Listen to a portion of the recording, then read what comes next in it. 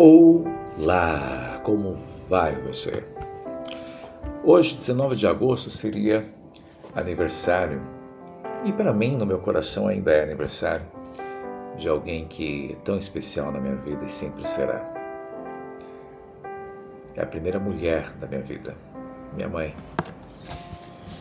Ela completaria hoje 70 anos de idade, que inclusive até foi a minha irmã que lembrou, né, a idade dela.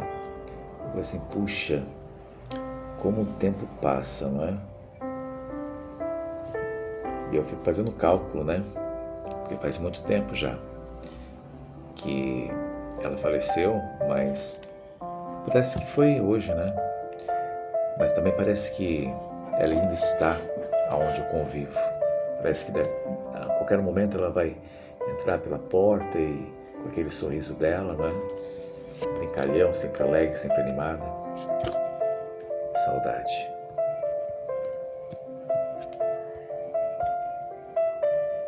Muita saudade. Na realidade ela faria 74 anos. Eu fiz os cálculos aqui agora, né? 74. Mas independente da idade que ela faria ou não, eu digo a você, de repente tem uma mãe ainda do seu lado, ou alguém que faz este papel de mãe na sua vida, dê valor. Viu, meu filho? Dê valor.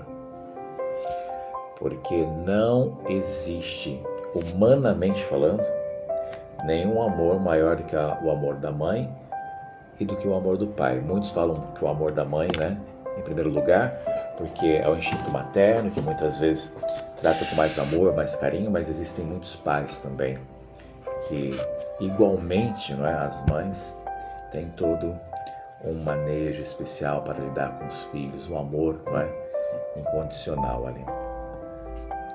Eu falo isso porque quando eu lembro da minha mãe, eu lembro de uma história. Eu tinha 7 anos na época. Você tem 8, né, filho? Não, eu tinha. O ano passado você teve 7. Sim, está gravando. Mas aí eu tinha 8 anos. Não, 8 anos tem o meu filho. Eu tinha 7 anos. E a minha mãe, né, na época, ela falou assim, ela estava me levando para a escola. E aí, de repente, no meio do caminho, ela disse assim, presta atenção no caminho, presta atenção na trajetória, porque eu quero que você aprenda agora como atravessar as ruas, olhe para os lados, vai direitinho, para os dois lados, enfim, ou mais se necessário. E se algum estranho te chamar, você não para, você corre, porque você precisa aprender a andar sozinho. E eu olhei para ela, dei risada e falei assim, pra que, mãe? Pra que? A senhora sempre vai estar junto comigo. E ela brava, ela disse assim, não vou estar sempre junto com você não, você não sabe das coisas, e hoje eu nem vou vir te buscar da escola, hoje você vai ter que ir embora sozinho, porque eu tenho coisas para resolver. Aí eu disse, nunca tinha andado sozinho na minha vida, sem minha mãe ou sem meu pai, ou sem os dois. E aí eu fiquei de repente morrendo de medo. Com medo dela, que era muito brava, e com medo pelo fato de voltar sozinho da escola. Mas aí eu achei ainda que fosse brincadeira. E tudo bem, entrei para a escola. Mas aí fiquei pensando, mas a minha mãe não é de fazer brincadeira brava. Quando ela faz brincadeira, ela sorri. Olha, aquele dia eu fiquei tenso na escola. Pensem vocês, eu contando minuto por minuto para dar o horário de ir embora, só para eu poder, né, ter a expectativa de, ultrapassar o portão de saída, poder encontrar com a minha mãe lá e eu sentir alívio para poder ir embora com ela. Mas não foi isso que aconteceu. Quando eu saí da escola, eu olhei para todos os lados e não vi minha mãe. É, não vê. Aí eu lembrei, não é? Do ensinamento dela. Ela olha para todos os lados, não pare para conversar com nenhum estranho, seja se te chamarem ou mesmo se não te chamarem, não converse com ninguém. Eu até lembro que eu perguntei para ela assim, mas mãe, e se alguém me agarrar no meio do caminho, me fazer cair, correr atrás de mim? Ela disse assim, se te agarrarem você morde, quando soltar você vai embora. Se correr atrás de você, você corre mais ainda. Se te pegarem, você grita. Mas não olhe para trás, siga sempre em diante, olhe para os lados e vai para casa. Não olha para trás, só olha para os lados para atravessar a rua e não olha para trás, vai para casa. Então assim eu fiz. E olha, fui embora para casa que nem um foguete. Fui embora. Fui assim tão rápido, né? Correndo, atravessando as ruas, muito rápido, sem olhar para trás e tudo, só olhando para os lados, meu coração disparado, sempre assim, muito aflito. E aí quando eu cheguei próximo da minha casa, me deu um alívio já, porque era uma rua que não é um pouco mais deserta. E aí rapidamente eu entrei para dentro da minha casa e minha mãe não estava lá. Aí eu lembrei, realmente, ela falou que iria resolver coisas. Passaram-se uns 10 minutos enquanto eu estava ali, trocando de roupa e tudo. E ainda pensei, bom, minha mãe não vai sair deixar eu sozinho, deve estar na vizinha. Eles iam na vizinha conversar e quando ela saía para trabalhar, o meu pai, ele já deixava avisado na vizinha, olha, quando meu filho chegar, ele já vai direto para sua casa. Então eu comecei a me arrumar para ir para a casa da vizinha, para não ficar sozinho. Era sempre isso que ela instruía, e meu pai também. Passou uns 10 minutos, minha mãe chegou, ofegante, cansada. E eu, mãe, de onde a senhora está vindo? E ela disse, parabéns, filho. Você seguiu direitinho as minhas instruções e não olhou para trás. Seguiu em frente.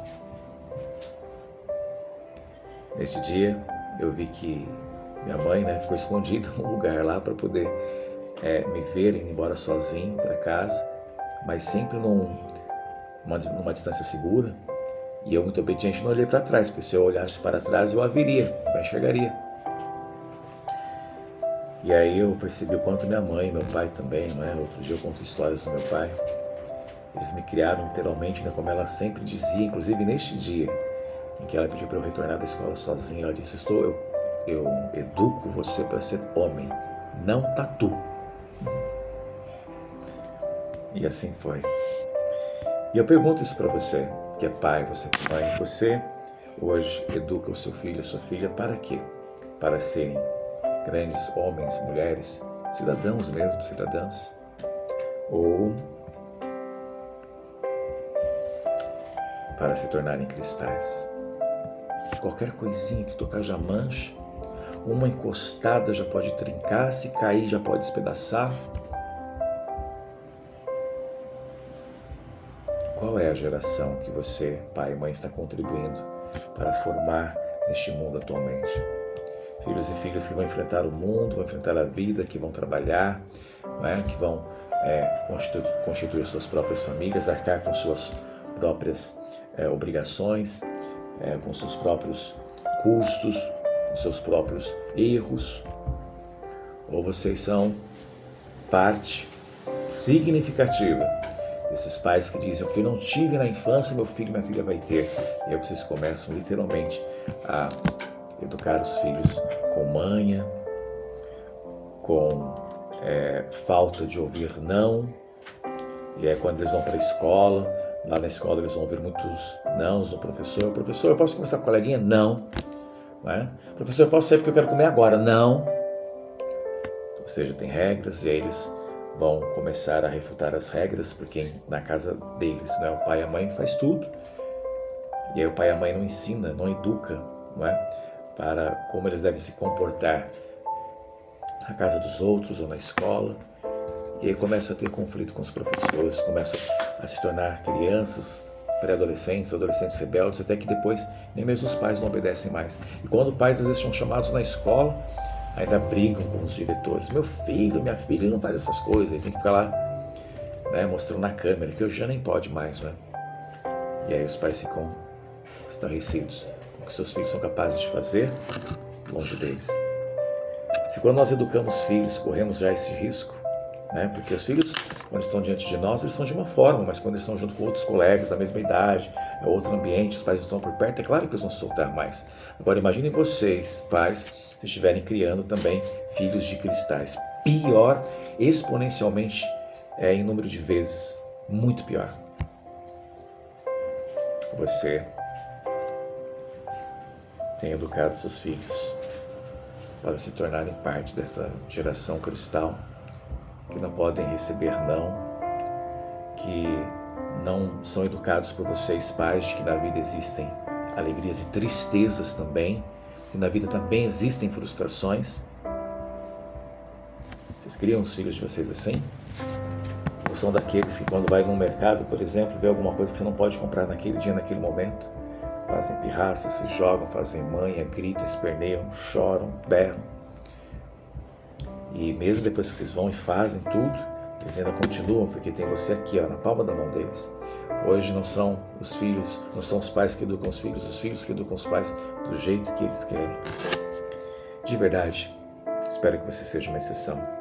Aí você pode dizer, mas na sua época, Alessandro, Samuel e Isaac, era um outro tempo, muito mais seguro. Papo furado, gente, essa conversa, na minha opinião, sabe por quê? Era uma época que tinha poucas casas, ruas mais isoladas, então tinha-se maldade já naquela época, não existia celular igual tem hoje em dia, que você pode até mesmo verificar a localização exata do seu filho pelo seu celular. Eram orelhões cujas fichas eram caras, e ainda assim casas não tinham telefones fixos, apenas empresas e comércios. Se de repente quiséssemos saber dos nossos filhos, tínhamos que ligar para a escola quando tínhamos dinheiro para comprar fichas. Então o que nós praticávamos na época, que se dispersou agora? A nossa fé em Cristo Jesus.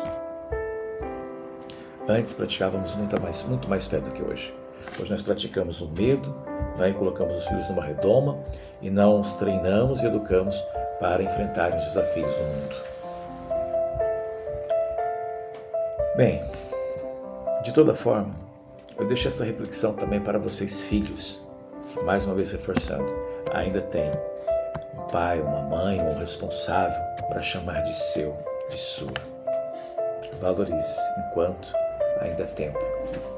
E entenda que se hoje eles brigam com você, se ainda existem, né, pais atualmente que conseguem se impor para os filhos, porque hoje os filhos se impõem para os pais, né, e os pais abaixam a cabeça.